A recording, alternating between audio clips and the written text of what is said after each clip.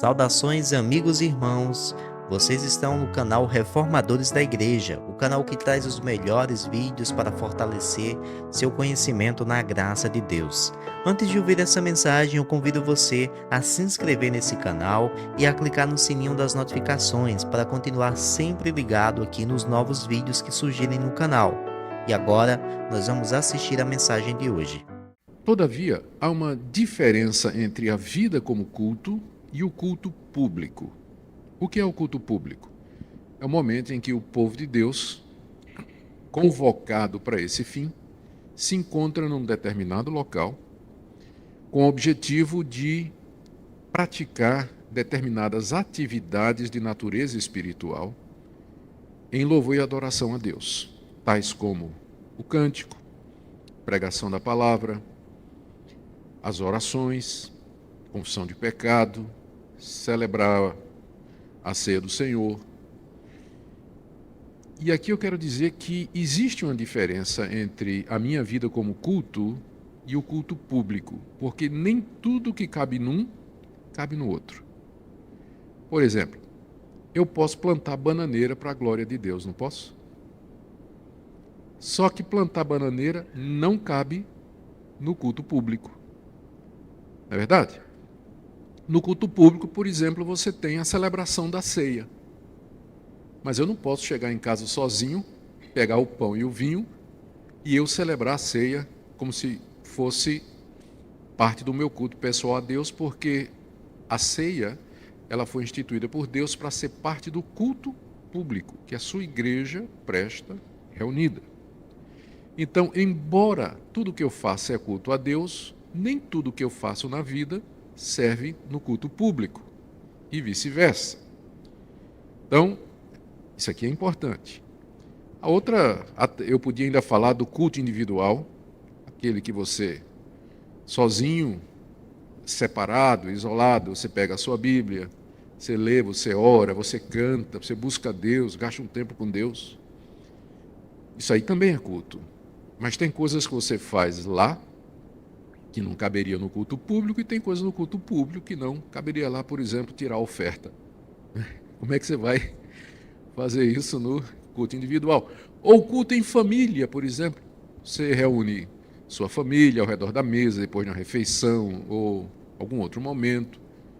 Então, essas distinções são importantes porque o que eu vou falar hoje à noite é sobre o culto público, certo? O culto público, ou seja, aquele momento em que o povo de Deus se reúne para praticar uma série de atividades espirituais para o louvor e para a glória de Deus. O culto público ele é bem regulado na Bíblia.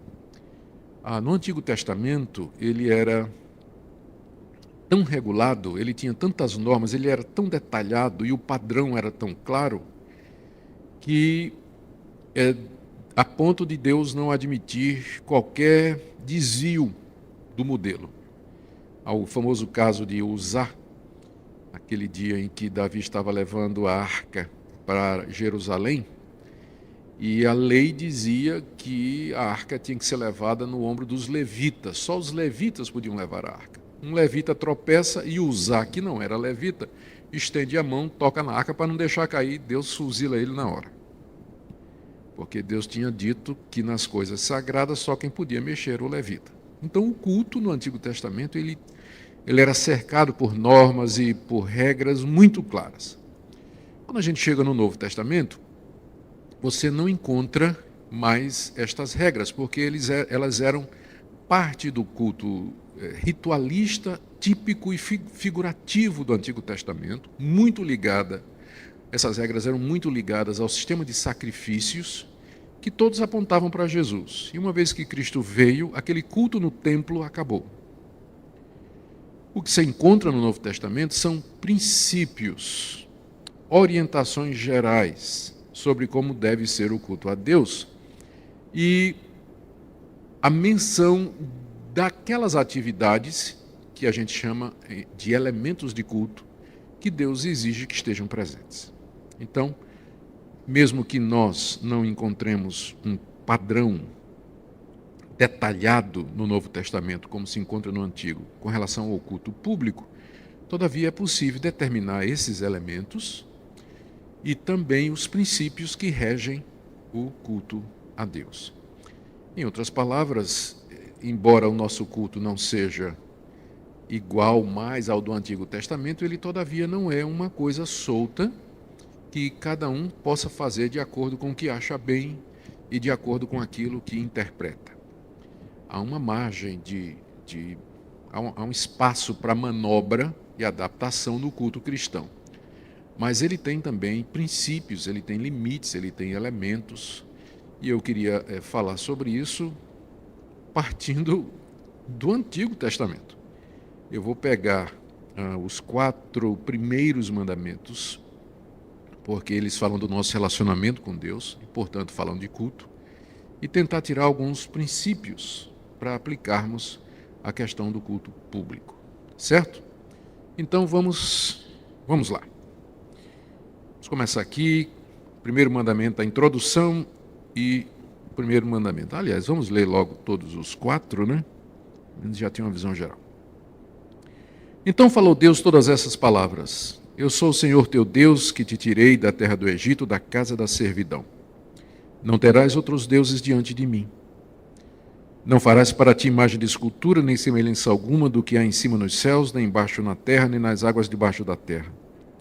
Não as adorarás, nem lhes darás culto, porque eu sou o Senhor teu Deus, Deus zeloso, que visita a iniquidade dos pais nos filhos até a 3ª e 4ª geração daqueles que me aborrecem. E faço misericórdia até 1000 gerações daqueles que me amam e guardam os meus mandamentos. Não tomarás o nome do Senhor teu Deus em vão, porque o Senhor não terá por inocente o que tomar o seu nome em vão. Lembra-te do dia de sábado para o santificar. 6 dias trabalharás e farás toda a tua obra, mas o 7º dia é o sábado do Senhor teu Deus. Não farás nenhum trabalho, nem tu, nem teu filho, nem tua filha, nem o teu servo, nem a tua serva, nem o teu animal, nem o forasteiro das tuas portas para dentro. Porque em 6 dias fez o Senhor os céus e a terra e o mar e tudo que neles há, e ao 7º dia descansou. Por isso o Senhor abençoou o dia de sábado e o santificou. Então, nesses 4 mandamentos, nós temos, em primeiro lugar, o porquê adorar a Deus. São os versos 1 e 2, na verdade, a introdução dos mandamentos. Por que adorar a Deus? Porque Ele é o nosso Deus, aquele que nos tirou da terra do Egito, da casa da servidão. Então, o motivo para o culto é dado já na introdução dos mandamentos. Depois vem a quem devemos adorar. O primeiro mandamento diz: não terás outros deuses diante de mim. Quem é o centro do culto, então? Deus. O segundo mandamento fala de como nós devemos adorar a Deus. Não farás para ti imagem de escultura, não as adorarás. Então, o segundo mandamento nos mostra que Deus quer ser adorado sem imagens, Ele quer ser adorado espiritualmente, sem representações. O terceiro mandamento também fala de como adorar a Deus, mas aí já tem a ver com a atitude interna. Não tomarás o nome do Senhor teu Deus em vão. Ou seja, quando eu pronuncio o nome de Deus, canto o nome de Deus, oro em nome de Deus, faço as coisas em nome de Deus no culto, eu tenho que fazer com sinceridade de coração, senão eu estou tomando o nome dele em vão. E o quarto mandamento tem a ver com quando adorar a Deus em culto público, porque fala do sábado.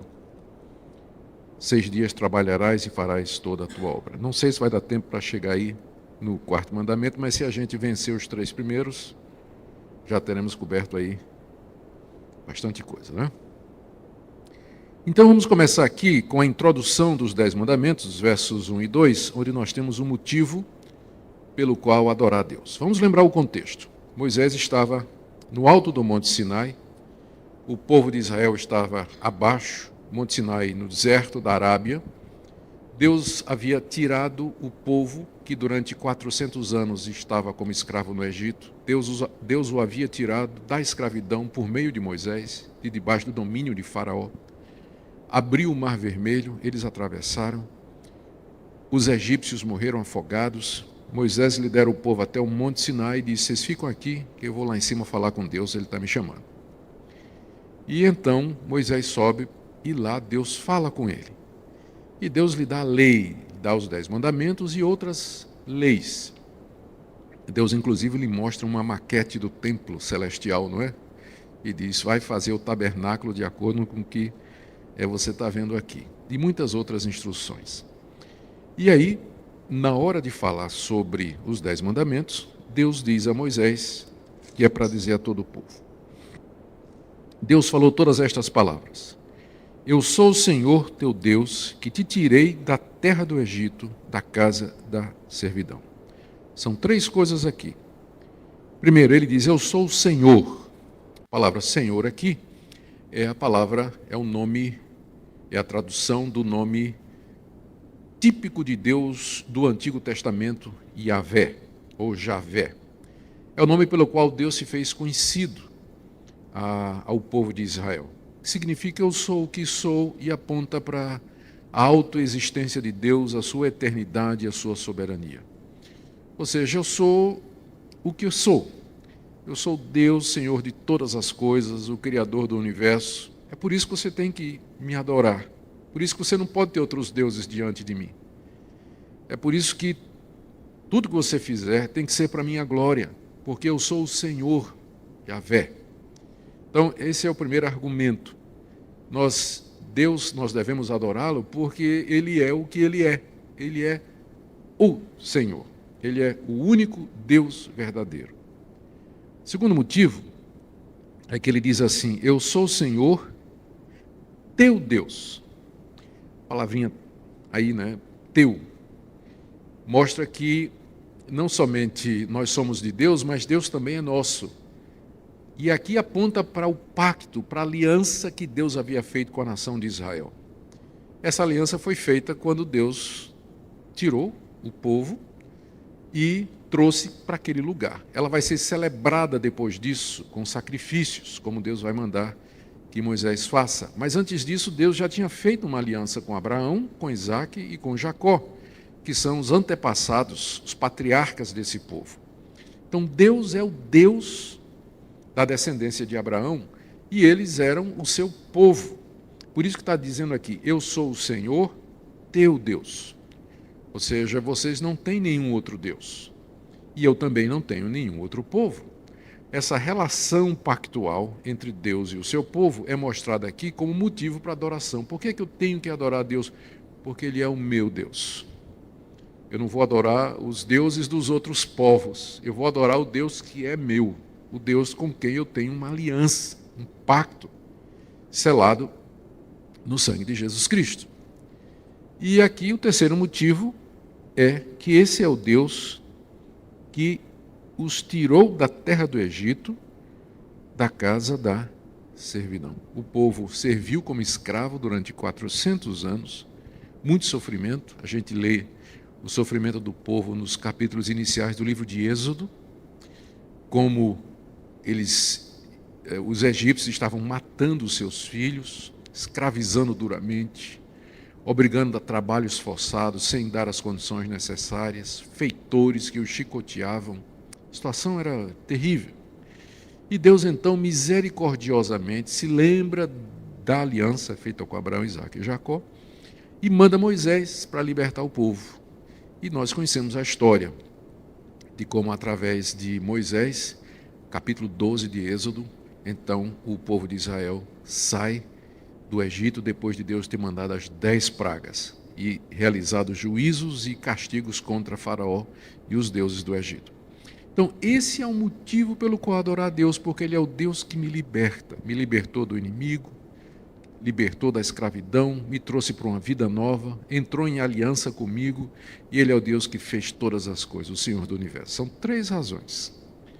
Por que adorar a Deus? Porque Ele é o Senhor, porque Ele é o meu Deus e porque Ele me libertou. É claro, no nosso caso, a libertação não foi física do Egito, né? Mas de uma libertação pior ainda. Aliás, de uma escravidão pior ainda, que é a escravidão ao pecado, a escravidão ao diabo, ao mundo, a condenação ao inferno. Então, de tudo isso, Deus nos libertou na mediação de Jesus, Moisés era um tipo de Jesus, e a libertação do Egito era um tipo da libertação que Jesus haveria de fazer. Então estão aqui os motivos pelos quais adorar a Deus como igreja, não somente pessoal, não é? Mas como povo, nos juntar, nos reunir para cultuar esse Deus, para expressar nossa gratidão, para adorá-lo. Por isso que o culto, em resumo, é isso aqui. O culto público é quando o povo de Deus, com quem ele tem uma aliança, povo que foi liberto por Deus, se reúne para reconhecer isso e para dar a Deus a glória que é devida ao seu nome. Então, aqui nós já temos o primeiro princípio, né? Sem entrar no mandamento ainda. Então, já temos um princípio aqui que é muito importante, porque tem a ver com o motivo. Qual é o motivo pelo qual eu venho ao culto? Qual é o motivo pelo qual a igreja promove o culto? E só pode ser esse motivo aqui. Então, fica muito estranho quando, às vezes, as pessoas promovem culto por outros motivos. Promover culto por causa de data tal, promover culto por causa de acontecimento social tal, vamos promover culto por conta de ação de graças, por conta de isso aqui, aquilo outro. O motivo que a Bíblia nos dá para o culto é Deus. Ele tem que estar no centro, tem que ser Ele o motivo. Então, é muito estranho quando a gente vê aí esses costumes que tem nas igrejas evangélicas de culto para tudo, né? Desculpe, né? Mas culto para... E geralmente o homem acaba sendo o centro, né? O motivo, por que nós vamos nos reunir para cultuar? Por conta disso, por conta daquilo outro. Eu sei que no fim vão dizer que nós estamos fazendo isso para Deus, mas não é bem assim que a Bíblia nos diz, né? A razão para o culto é, de fato, reconhecer quem é Deus e dar a Ele toda a glória e buscá-lo de todo o coração, e o povo de Deus deve fazer isso. E aqui me recorda um outro ponto aqui importante, é que só quem pode prestar culto a Deus é o povo de Deus. É o povo da aliança, porque o ímpio, mesmo que ele entre num culto, ou mesmo que ele participe de um serviço religioso público a Deus, ele não é do povo de Deus, ele não foi liberto, ele não tem uma aliança com Deus, ele não reconhece Deus como o Senhor, então ele não tem como cultuar. Ele vai estar ali presente, pode até cantar, ouvir a pregação, de repente pode até dar uma oferta, mas a raiz não é boa, não é reta, os motivos não são os motivos certos. Então, só quem pode prestar culto a Deus, de fato, são aqueles que fazem parte do povo de Deus, que foram libertos por Cristo, que têm uma aliança com Deus, que reconhecem que é Deus. E aqui essa é uma das razões pelas quais, dentro da tradição evangélica, nós não queremos que os descrentes participem ativamente do culto. Eles são nossos amigos, são nossos convidados, podem estar presentes, nós os convidamos para estar na igreja, mas eles não deveriam, você não deveria, por exemplo, só porque o sujeito é vereador, não é? Nós temos aqui hoje à noite o vereador fulano de tal, o senhor vem até aqui fazer uma oração, e o cara é ateu, né? E ele é político, ele vai e faz, né? Ou, entendi, o cantor fulano de tal canta muito bem, vai aqui tocar uma melodia para louvor de Deus, o cara é macumbeiro, qualquer outra coisa, mas porque ele é ele é um musicista, o pessoal coloca ele para tomar parte ativa no culto. Isso vai contra o que é que a palavra de Deus nos diz a respeito do culto, né? Então, o culto a Deus deve ser feito pelo povo de Deus, com quem Deus tem uma aliança, povo que foi liberto, deve ser dirigido, estruturado pelo povo de Deus. Os nossos amigos que não são crentes, eles são bem-vindos a participar das nossas reuniões, mas culto a Deus é uma prerrogativa do povo de Deus. E aqui entra também, se eu posso estender um pouco mais, a questão da ceia do Senhor. A ceia do Senhor é parte integrante do culto a Deus. Então, eu fico muito triste quando eu ouço de igrejas que distribuem o pão e o vinho para quem estiver presente. Na hora da ceia, quem estiver presente pode vir, venha participar do pão, do vinho. É por isso que a gente tem o cuidado, na hora da celebração da ceia, de perguntar e dizer: isso aqui é para quem é membro de alguma igreja evangélica. Eu sei que isso não garante, mas já filtra, né? E a gente não pode olhar o coração, mas pelo menos é nosso dever dizer que isso aqui é alguma coisa para o povo de Deus. Só o povo de Deus deve participar disso aqui. E não deveríamos incluir quem não é do povo de Deus na ceia do Senhor. Por isso também que a gente não pode batizar quem não é crente. A gente tem que ser os crentes e, na nossa tradição reformada, e os seus filhos, sua família, aqueles que fazem parte da aliança. Mas a gente não pode estar batizando aí qualquer pessoa que chega e quer o batismo sem a gente se assegurar de que aquela pessoa de fato é convertida, foi liberta, faz parte da aliança com Deus e tudo mais. Bom, e aí vem a questão das ofertas também, não é? E aí, pastor, tudo bem, mas e se o descrente der oferta, né? Como é que você vai resolver isso aí? Via de regra, o que a gente diz nas igrejas é que o momento ofertório é para os membros da igreja. Pelo menos é o que a gente diz aqui na nossa igreja regularmente. Que o privilégio de contribuir é para os membros da igreja e os nossos visitantes eles estão dispensados disso. Se algum deles quiser fazer, a gente nem sabe, né? Porque às vezes passa a sacola, depende do método, né? Às vezes vem aquela multidão de gente à frente e a gente não sabe. E se chega alguém com uma oferta muito grande para dar e tudo mais, eu já conheci casos de pastores que querem saber a motivação. E às vezes tem gente descrente que quer dar uma oferta e tal, pensando com isso comprar algum favor de Deus. É muito comum, porque de que outra maneira, ou qual outra razão ele estaria fazendo isso, né? Então, a gente lembra que o apóstolo Pedro uma vez repreendeu Ananias e Safira, porque quiseram trazer uma oferta para Deus, mas o motivo era impuro, era injusto, né? Eles queriam, na verdade, aparecer e se mostrar espirituais em cima de uma mentira. E foram recusados e a igreja deveria ter firmeza nisso também. Então, está aqui, na introdução dos 10 mandamentos, já alguns desses princípios importantes para o culto a Deus. O primeiro mandamento, ele fala quem deve ser adorado. Verso 3, não terás outros deuses diante de mim. Quando está dito aqui, não terás outros deuses, Deus não está admitindo que existem outros deuses. Ele está falando na linguagem humana. Poderia ser, a interpretação você não faça para você deuses e os adore no meu lugar, porque só existe um, que sou eu. Quando ele diz não terás outros deuses, ele não está admitindo que existem outros deuses, mas são os deuses que são feitos pelo homem, como se deuses fossem, mas na verdade não são. Ou seja, ele está proibindo a idolatria e o politeísmo, que é a adoração de muitos deuses ao mesmo tempo. Aqui Deus pede exclusividade ao seu povo. Ele não admite ser adorado ao lado de qualquer outra divindade, entre aspas. Ele não divide o louvor do seu povo. Não. No culto, Deus vai receber toda a glória. E esse é um princípio que, em teologia, nós chamamos o princípio da teocentricidade do culto. Ou seja, o culto tem que girar em torno da pessoa de Deus.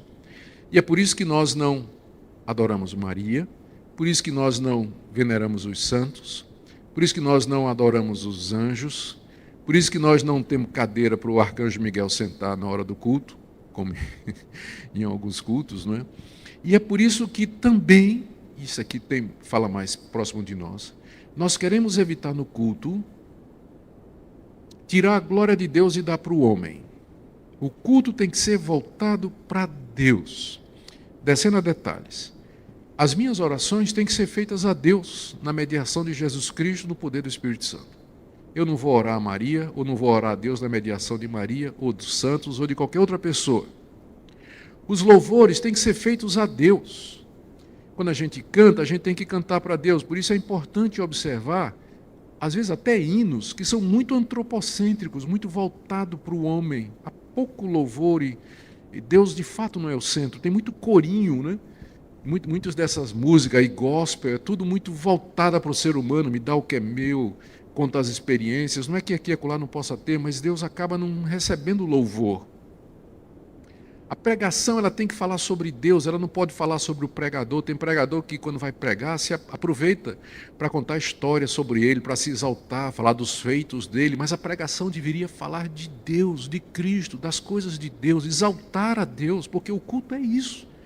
Não terás outros deuses diante de mim. Isso exclui não somente outras divindades, mas o próprio homem como centro do culto. E é por isso que na tradição reformada, calvinista, a gente também não gosta de fazer muita farra no culto, né? Festa, homenagem. Às vezes dentro do culto, vamos homenagear fulano, homenagear cicrano. E Deus, onde está isso aí? Não é que a gente não possa, como igreja, homenagear as pessoas. Mas vamos deixar para fazer isso depois do culto, né? Vamos primeiro cultuar a Deus e uma vez terminado o culto, vamos fazer as homenagens devidas, reconhecer as pessoas, dar placa, dar título honorário, enfim, honoris causa de membro da Igreja Presbiteriana de Santa Amaro, enfim, tudo isso. Mas o culto é a Deus. Tudo tem que ser voltado para Deus. E esse é o primeiro princípio, né? Quem adorar, que fala da teocentricidade do culto. Aliás, segundo princípio não, isso é mais um princípio baseado nesse primeiro mandamento. O segundo mandamento, como eu disse, ele tem a ver com como adorar a Deus. Verso 4, não farás para ti imagem de escultura. Então, o que é uma imagem de escultura? É uma obra de arte. Aqui a referência mais específica é a uma obra de arte esculpida, madeira, pedra, ouro, prata, enfim, qualquer um desses materiais que se serve a serem esculpidos, né? E a escultura ela não pode ser na forma de nada que há em cima nos céus nem embaixo na terra, ou seja, a criação de Deus. Aqui o mandamento está proibindo que o povo de Deus faça esculturas, imagens, e aqui a gente pode estender a gravura, enfim, qualquer representação física das criaturas de Deus, porque é bem abrangente, né? Não farás para ti imagem de escultura, nem semelhança alguma do que há em cima nos céus. A gente pode pensar aqui no sol, na lua, nas estrelas, nos anjos, nem embaixo na terra, pode pensar em toda a criação, os animais selvagens e domésticos, nem nas águas debaixo da terra. Pensa no mar, nos oceanos, nos peixes e tudo mais. Está o mandamento proibindo aqui que o cristão se desenvolva nas artes? Não. Não está proibindo que o cristão trabalhe com artes, que o cristão aprecie a escultura, a pintura, a beleza da natureza. Está proibindo que faça isso com o objetivo de adoração, que diz o verso 5, não as adorarás. A Bíblia não proíbe que eu seja um artista plástico. Não proíbe que eu seja um escultor de profissão. O que proíbe é que eu pegue aquela estátua que eu fiz, aquela imagem que eu fiz, aquele quadro que eu fiz, aquela figurinha que eu fiz, e eu a adore como se fosse Deus. Por não compreender esse princípio, é que na Reforma Protestante, quando essa verdade foi redescoberta, teve alguns movimentos na Reforma, movimentos chamados de iconoclastas, que tem uma palavra que significa destruição, destruidor de ídolos ou de imagens, que se revoltaram contra toda arte religiosa feita na Idade Média. E quando eles tomaram as catedrais e tudo mais, quebraram vitrais, que tinha representações de santos, derrubaram imagens. Em alguns casos eu acho que era preciso mesmo, porque a idolatria estava muito arraigada no coração do povo, mas aí foi demais também. Tudo que era de arte religiosa eles acabaram, né? Então houve talvez um exagero aí. Porque a gente tem que entender que Deus não está proibindo a arte em si, a pintura, o desenho, a escultura, mas a atitude religiosa para com essas coisas. Meu irmão e minha irmã, eu quero agradecer a você que chegou ao final de mais um vídeo aqui no canal Reformadores da Igreja. Quero agradecer por você nos acompanhar e convidar você que gostou desse vídeo a deixar um like nele. Isso ajuda muito para o YouTube divulgar o vídeo para mais pessoas. E se por acaso você é novo aqui e ainda não é inscrito no nosso canal, eu quero convidar você a inscrever-se gratuitamente no nosso canal para que você continue recebendo novos vídeos sempre que nós postarmos aqui no canal. Todos os dias nós temos pregações novas aqui ao final das tardes. Nós estamos postando pregações do reverendo Augusto Nicodemo sobre diversos temas. Em especial hoje nós colocamos essa mensagem falando acerca do culto. Sem sombra de dúvidas é um dos assuntos mais importantes a forma, a maneira pela qual Deus deseja que nós prestemos culto a Ele. E o culto é determinado pela palavra de Deus, pelas escrituras. O culto não pode ser inventado, não pode ser criado elementos de culto baseado no nosso próprio entendimento, mas nós devemos prestar culto de acordo com o que a palavra de Deus normatiza.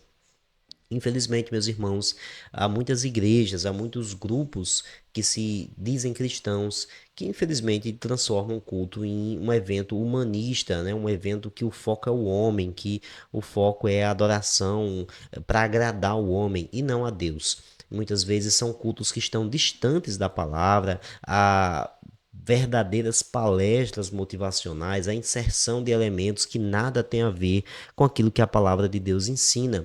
Portanto, nós devemos estudar mais a palavra de Deus, conhecer mais a Deus e entender aquilo que Deus deseja de nós na hora de nós prestarmos culto. Afinal de contas, o culto não é para nós, mas o culto é para Ele, e isso precisa estar muito bem compreendido por cada um de nós.